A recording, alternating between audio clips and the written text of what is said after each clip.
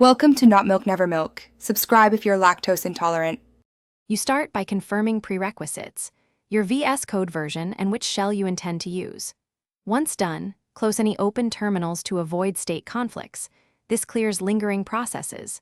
Next, open the command palette with Ctrl+Shift+P and run terminal. Select default shell to pick PowerShell, Bash, or ZSH. This matters because VS Code maps profiles to commands, and picking the wrong one causes startup failures. Make sure extensions that modify terminals are temporarily disabled while you change the shell. Once you've selected a shell, diagnose deeper by opening developer tools to capture terminal errors and logs. Then, inspect settings.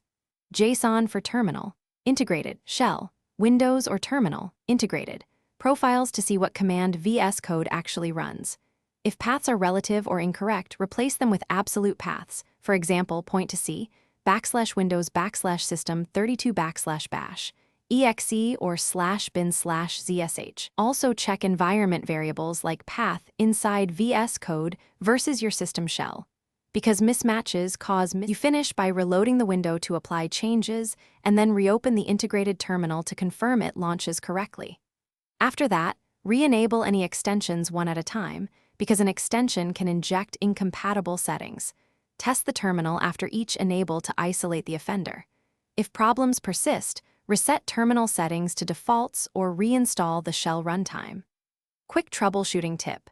If terminals show a blank screen or hang, open Developer Tools and look for a failing extension or a missing executable in the reported error.